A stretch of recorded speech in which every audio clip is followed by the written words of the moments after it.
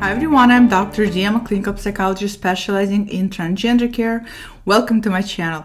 Today I wanted to share with you why so many of you as adults, as you decide to do something about your gender, maybe you have decided that, maybe you just have acknowledged that you are actually dealing with gender dysphoria, or maybe you have decided that you would like to go through transition.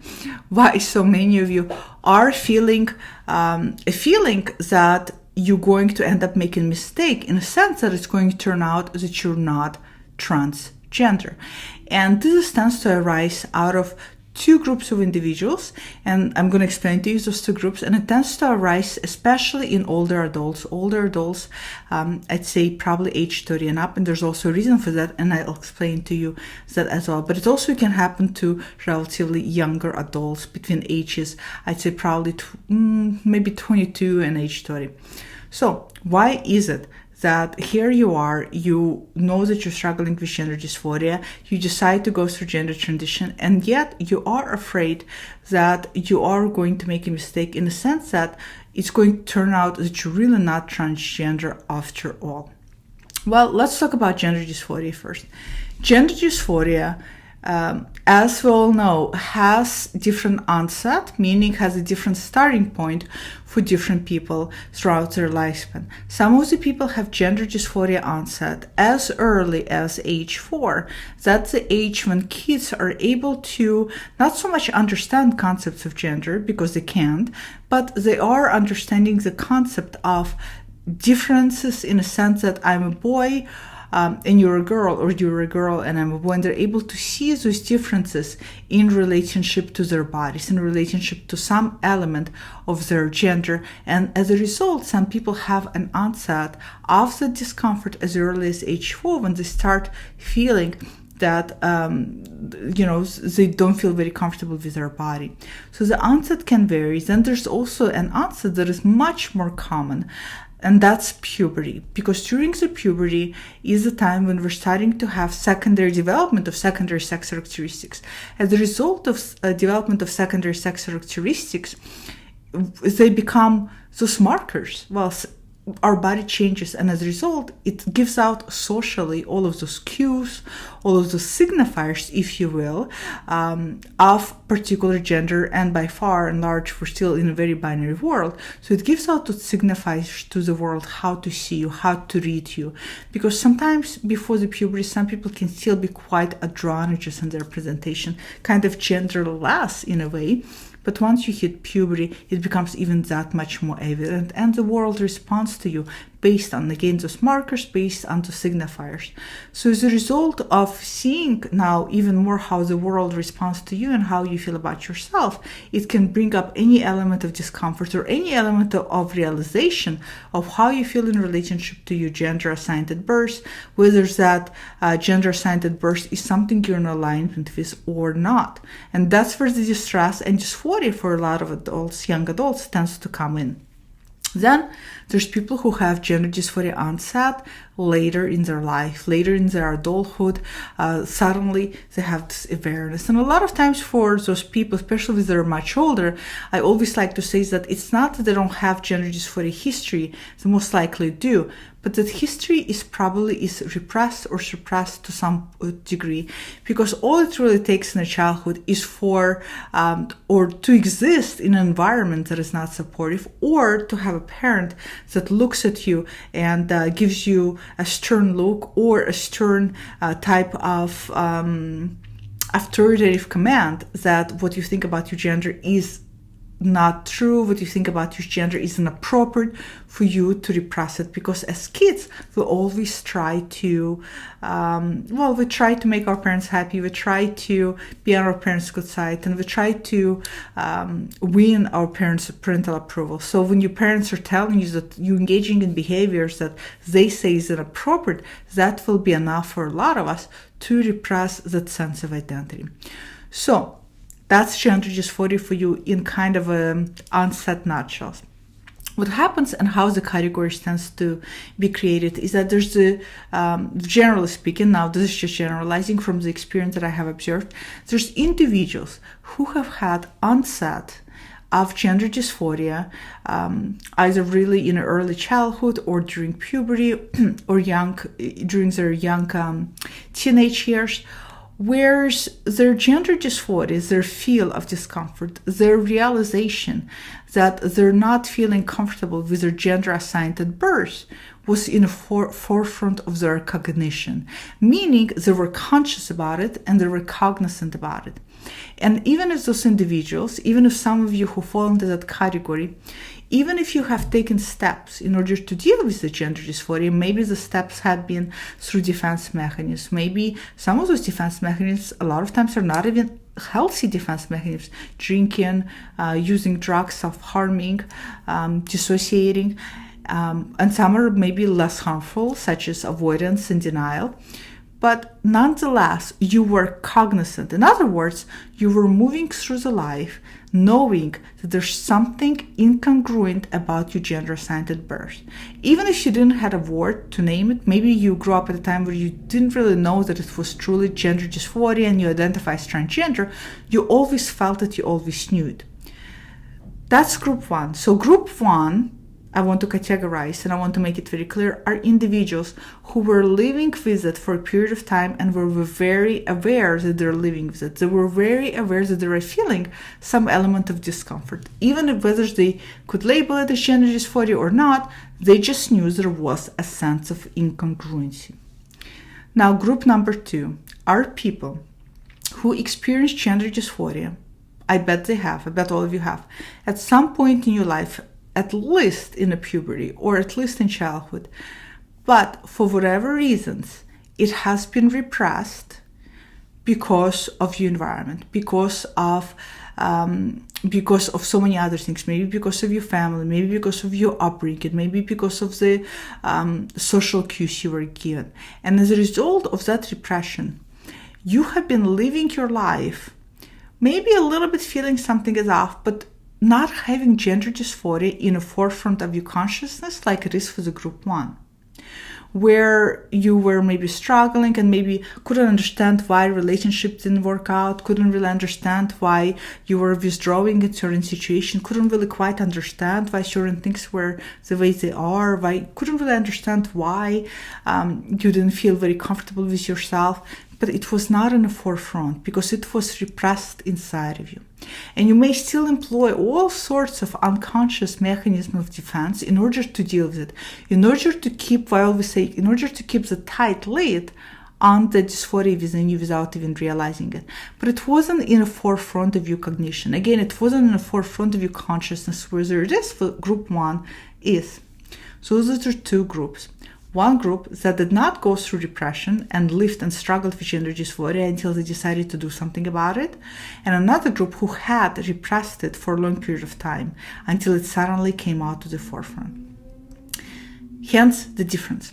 For the group number one, when you suddenly, if you fall into the group, when you suddenly decided and you suddenly realized that enough, I'm done with this is too painful, this is too much, whatever led you to decision, when you said, I'm going to embrace I'm trans and I'm going to step into some elements of gender transition.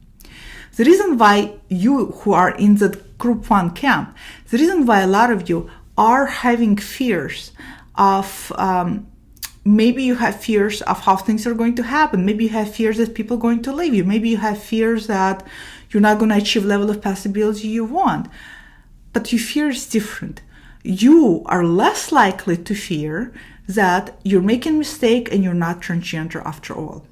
Reason being is because you've been fighting dysphoria all of your life. And the older you are, the more you've been fighting dysphoria because it's been in the forefront of your cognition. And the older you are and the more you've been fighting, you actually done, if I were to say I was just thinking about it earlier and I had such a great way of putting it and now it escapes me. But if I were to say that you're the group of people who actually went through personal social experiment, if you will, that gender dysphoria with time goes away, or that you're just giving into some kind of gender ideology, you're a great group of people to indicate as adults that no, it doesn't go away. Because in fact, over your lifetime, I know you have done everything you possibly can in order to convince yourself you're not trans. You have done everything you possibly can to try to make gender dysphoria go away, including embracing your gender assigned at birth to such extent where you overcompensated with your biological sex. I know. A lot of you have went in the military for that reason. As if you were trying to prove to yourself that I can't possibly be any other gender than my gender assigned at birth. This is madness, the dysphoria I feel. So I'm going to go to military and I'm going to prove to myself that I'm the man. See, I've been to military. How can I possibly have gender dysphoria? And yet here you are, you have gender dysphoria. It's a classic example. So you are, what I'm trying to say, all of you who fall into this group are a group of people who have done everything and anything you can. And realize that all of those attempts fail, and that you're still struggling with gender dysphoria, and the only thing left to try is to actually now start being who you are. For that reason, you're not going to be thinking, your mind's not going to be thinking, but what if I'm not trans? Because you already know you are. Because you already spent all of this lifetime doing everything to prove to yourself you're not transgender, and proving to yourself that everything failed, and therefore you are. Group number 2, and the groups that I'm making this video for, to explain why you're fearing what you're fearing, that maybe you're not trans, but yet you're adults, maybe even older adults, and are considering transition. The reason why you're thinking that you may be not trans is because for you, gender dysphoria has been in regression all of your life. Until suddenly something happened, something triggered, something pushed the tension on the boiling pot of your regressed gender dysphoria and the lid that was holding it tight to blow the lid hell off.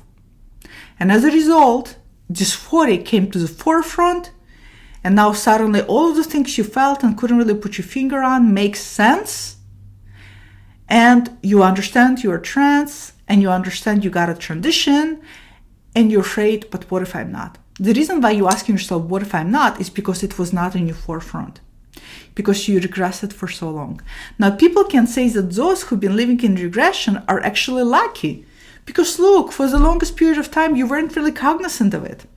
But I say no. I say it's actually being cognizant that is helping those of you who are transitioning right now, because you know you're not making a mistake. You know you're not going to wake up one day and not be trans. Whereas the second group is struggling exactly with that. And the reason why you in the second group camp struggling with that and wondering as adults, and I met so many of you in different age groups, age 30, 40, 50, 60, who are like, oh, but what if, suddenly I woke up and I was feeling all this tension and I realized I have gender issues and I never realized I had gender issues. Suddenly everything makes sense. But what if I'm still making a mistake? What if my mind is still messing with me? This is the power of regression. This is the power of not having that in front of your cognition. And this is why you are afraid that you're going to wake up one day and you're going to realize you're not transgender. Because you have not done everything that this group has done in order to prove to yourself that you're not trans. And I don't think you need to go through this painful experience this group went through to prove to themselves they're not trans. I think what you really need to do is you need to go and you need to see, if you're wondering if that's your fear, you need to go and you need to see a good gender therapist or somebody who's knowledgeable in gender to do you a service of discerning and helping you discern and to help you understand if it's truly is gender dysphoria. And I bet it's most likely probably is, because in my experience, adult, especially age 30 up, don't just wake up wanting to be trans. They just don't. It doesn't happen. It doesn't happen. The same way I just don't wake up in my 40s wanting to be any gender other than I am. You know why? Because I have congruency. I don't have gender dysphoria. Those of us who don't struggle with gender dysphoria, and I'm sorry to be an asshole and point it out as if I'm flaunting that comfort level, that comfort zone. But the reality is that people who don't struggle with gender dysphoria don't question their gender.